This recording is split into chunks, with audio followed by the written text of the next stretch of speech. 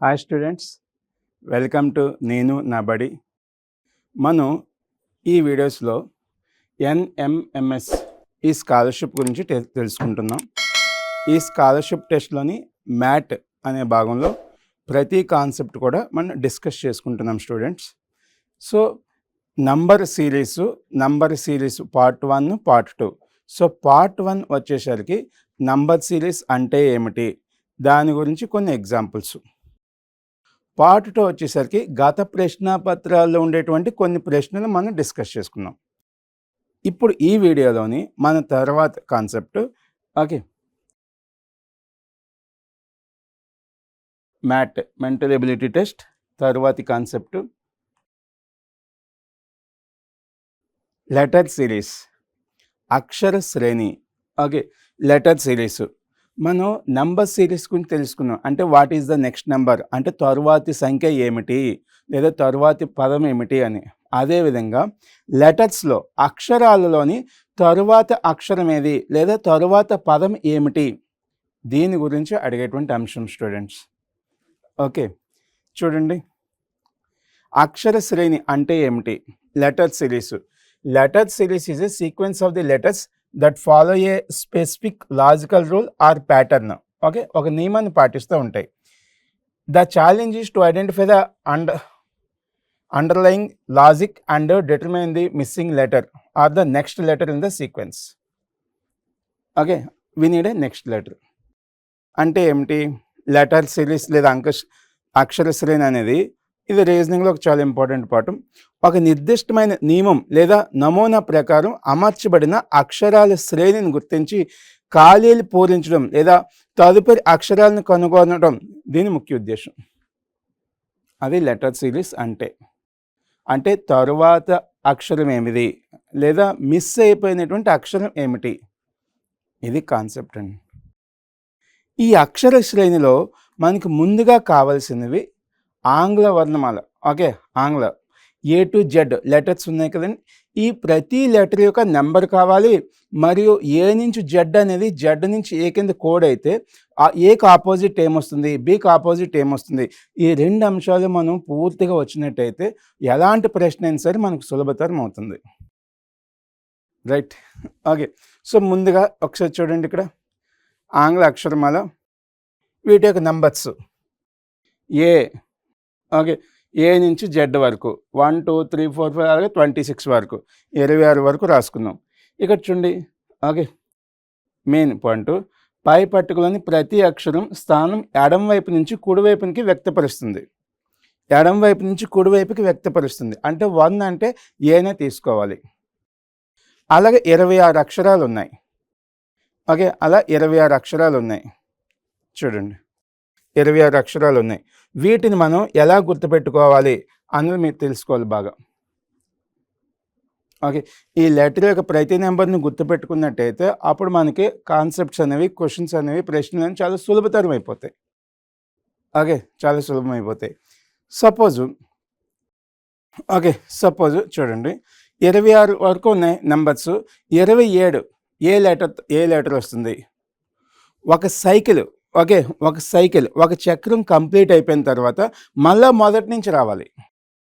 ఎలా అంటే ఇప్పుడు 27 ఉంది అనుకోండి, ఇప్పుడు 27 ఉంది. సో ఒక సైకిల్ అంటే ఏంటి? 26 లెటర్స్ కంప్లీట్ అయిపోయాయి. 26 + 1, సో 1 అంటే మరలా ఏ కింద రాసుకోవాలి. అంటే 26కు పైగా ఏ నెంబర్ వచ్చినా సరే 26+ అని రాసుకోవాలి. సపోజ్ ఉదాహరణకి 30 ఉంది. 30 ఉంటే కనుక ఎలా రాయొచ్చు? 26 26 + 4. 4 అంటే ఏమిటి? డి. 4 అంటే డి. ఇలాగా. మీరు ముందుగా ఏ నుంచి జెడ్ యొక్క నెంబర్స్ బాగా గుర్తుపెట్టుకోవాలి. ఏ నుంచి జెడ్ నెంబర్స్ బాగా గుర్తుపెట్టుకున్నట్టయితే మన ఈ అక్షర శ్రేణి చాలా సులభతరం అయిపోతుంది. మొదటిది. రెండవది, సో ఏ నుంచి జెడ్ అనేది జెడ్ నుంచి ఏ కింద కోడ్ అయితే అది ఎలా గుర్తుపెట్టుకోవాలి.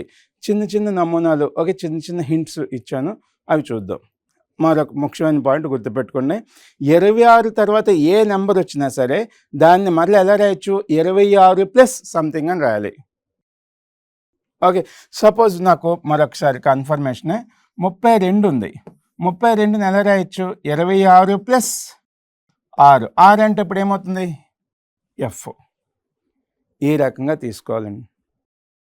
Okay. Okay students, let's continue. Opposite letters A నుంచి జెడ్ అనేది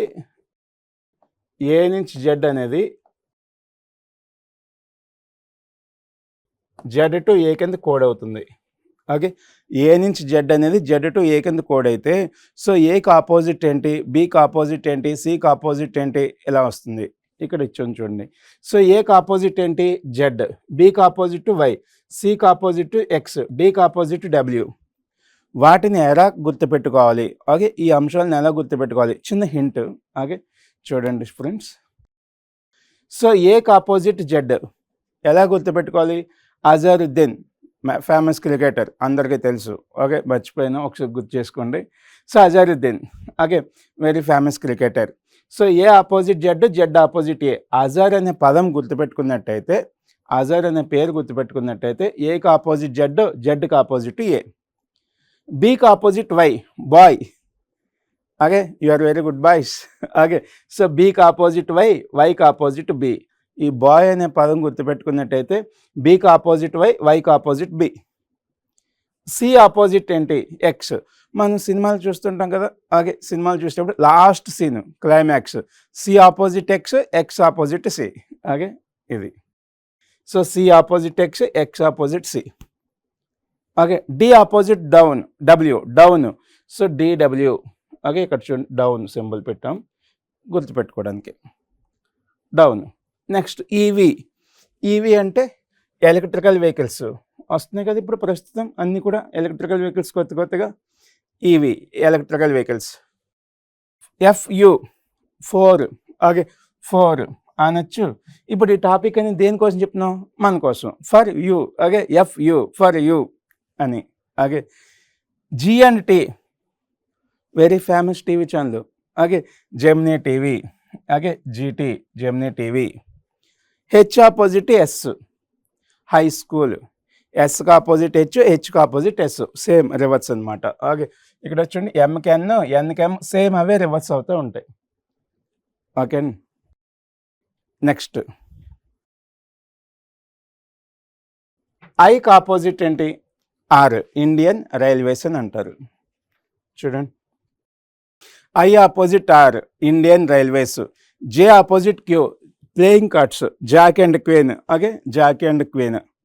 కేపీ, పవన్ కళ్యాణ్, కపిల్ దేవ్. ఓకే, మీకు క్రికెట్ ఇంట్రెస్ట్ అనుకుంటే Kapil. Okay, Pavan Kalyan. So P K, KP.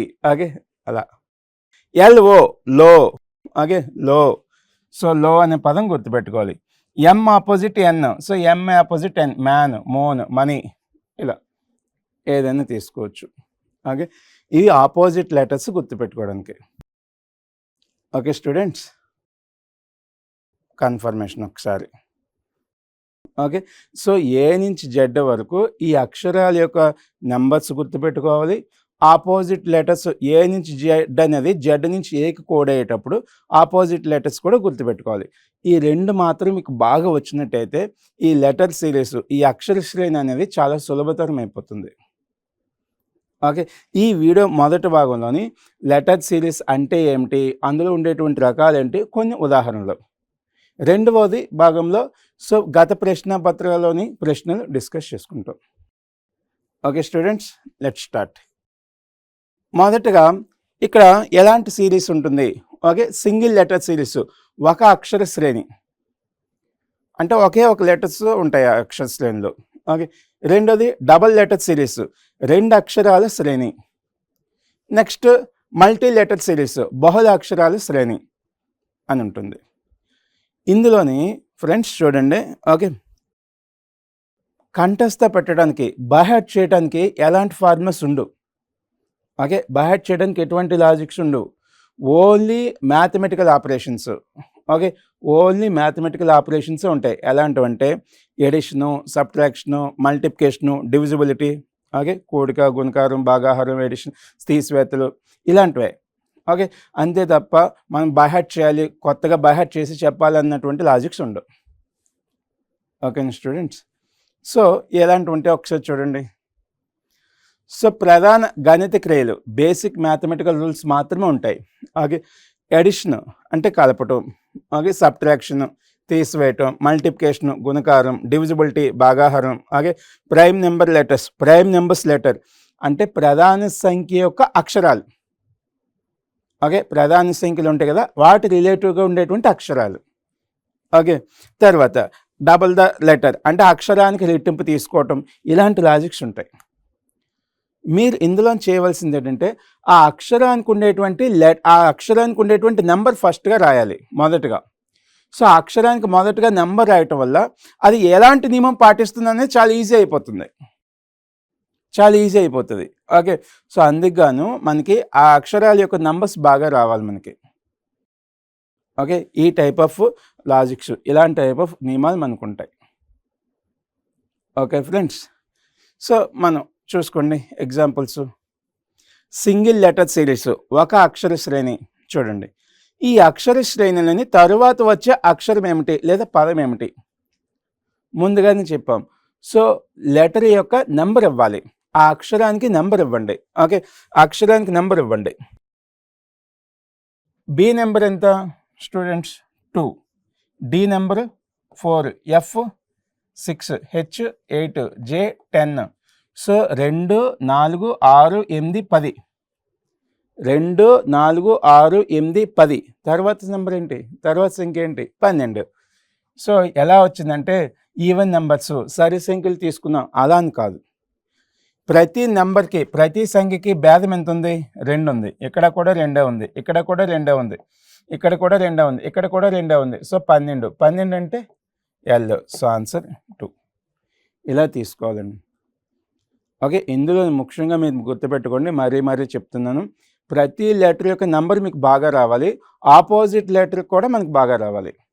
ఏ నుంచి జెడ్ అనేది జెడ్ నుంచి ఏ కింద కోడ్ అయితే, సో ఏకి ఆపోజిట్ జెడ్, బీకి ఆపోజిట్ వై, ఈ కాన్సెప్ట్ అనేది కూడా మనకు బాగా రావాలి, ఈ అంశం కూడా.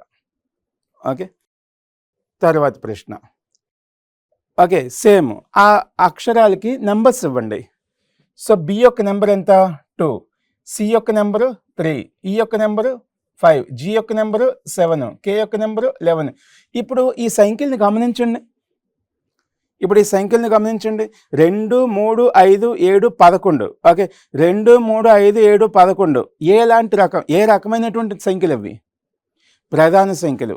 ఓకే, సో మనం చాలాసార్లు చెప్పుకున్నాం, ఫస్ట్ ప్రయారిటీ ఎప్పుడు కూడా నియమాలలోని, ఓకే, ఫస్ట్ ప్రయారిటీ ఎప్పుడు కూడా ప్రధాన సంఖ్యలకు ఇవ్వాలి, సో ఇవి ప్రధాన సంఖ్యలు.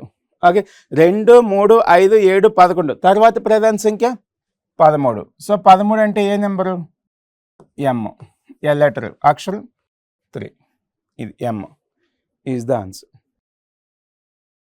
ఓకే, అర్థమవుతుంది అనుకుంటున్నా. ఇది ఒక అక్షర శ్రేణి అనమాట, ఒకే ఒక అక్షరం ఉంటుంది ఈ శ్రేణిలోని. ఓకే, మరొక ప్రశ్న చూడండి. ఈ అక్షర శ్రేణి తర్వాత వచ్చే అక్షరం పదం ఏమిటి? ఓకే, ఇక్కడ 2 లెటర్స్ ఉన్నాయి. ఓకే, 2 అక్షరాలు ఉన్నాయి.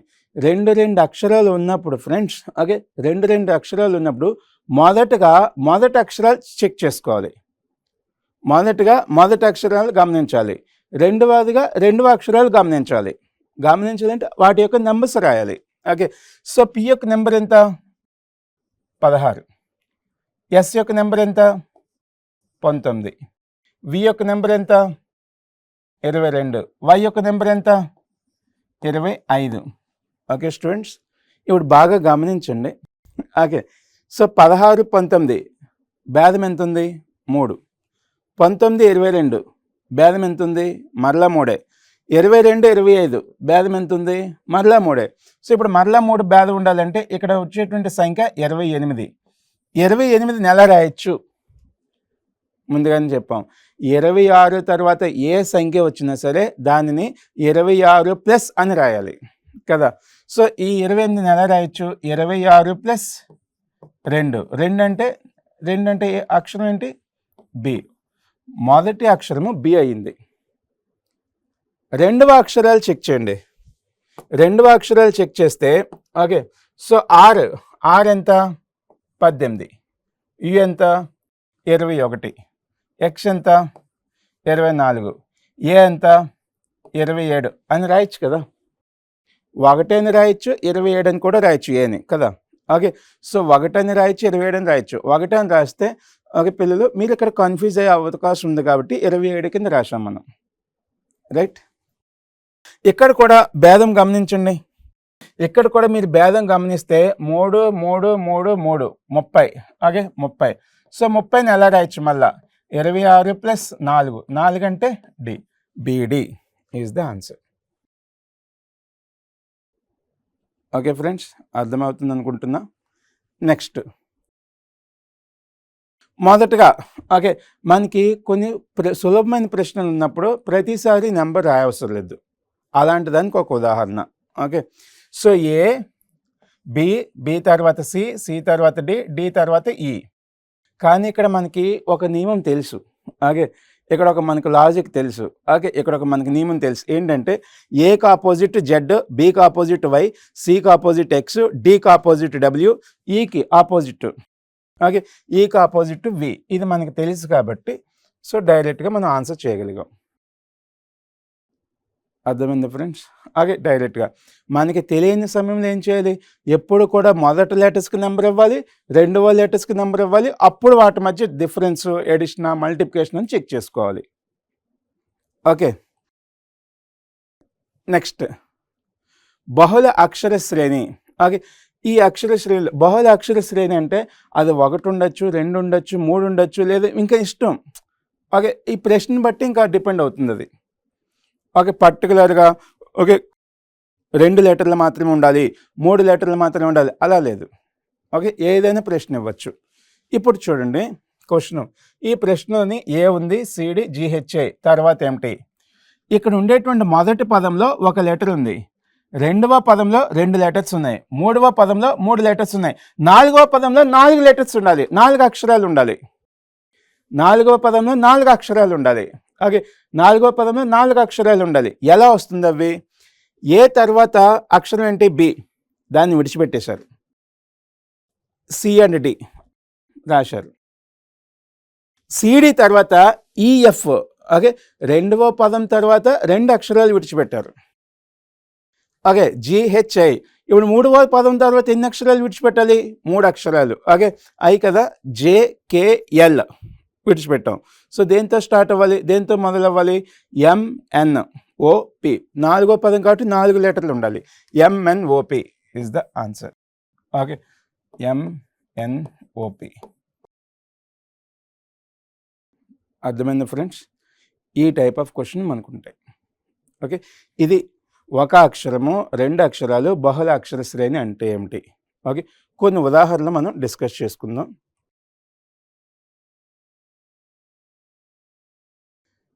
ఈ అక్షర శ్రేణిలో తర్వాత వచ్చే అక్షరం ఏమిటి ఈ ఉదాహరణలో.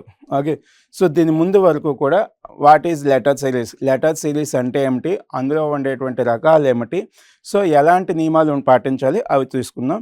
ఇక్కడ కొన్ని ఉదాహరణలు చేసుకుందాం. మొదటగా ఇది ఒక అక్షరం శ్రేణి, మనకు తెలియదు కదా, నెంబర్స్ ఇచ్చేసేయాలి. ఓకే, నెంబర్స్ ఇచ్చేసేయండి. సో బి అంటే ఎంత, 2, సి అంటే 3, ఈ అంటే 5, హెచ్ అంటే 8, ఎల్ అంటే 12. నెంబర్స్ ఇచ్చిన వెంటనే ఏం చేయాలి, వాటి మధ్య భేదాలు చెక్ చేసుకోవాలి. వాటి మధ్య భేదాలు చెక్ చేసుకుంటే ఇక్కడ చూడండి, 2కి 3కి భేదం ఎంత, 1, 3కి 5కి భేదం ఎంత, 2, 5కి 8కి భేదం ఎంత, 3, నెక్స్ట్ భేదం 4, నెక్స్ట్ భేదం 5 అంటే 17. 17 అంటే క్యూ. So option 2. ఇక్కడ భేదం అనేది 1 పెరుగుతూ వస్తుందన్నమాట. ఓకే, ఇక్కడ చూడండి 1, 2, 3, 4, 5 అంటే గ్యాప్ అనేది ఆ మధ్య ఉండేటువంటి భేదం 1 పెరుగుతూ ఉంది. తర్వాత ప్రశ్న చూద్దాం. ముందుగా ఆ లెటర్కి, ఆ అక్షరానికి నెంబర్ ఇవ్వండి.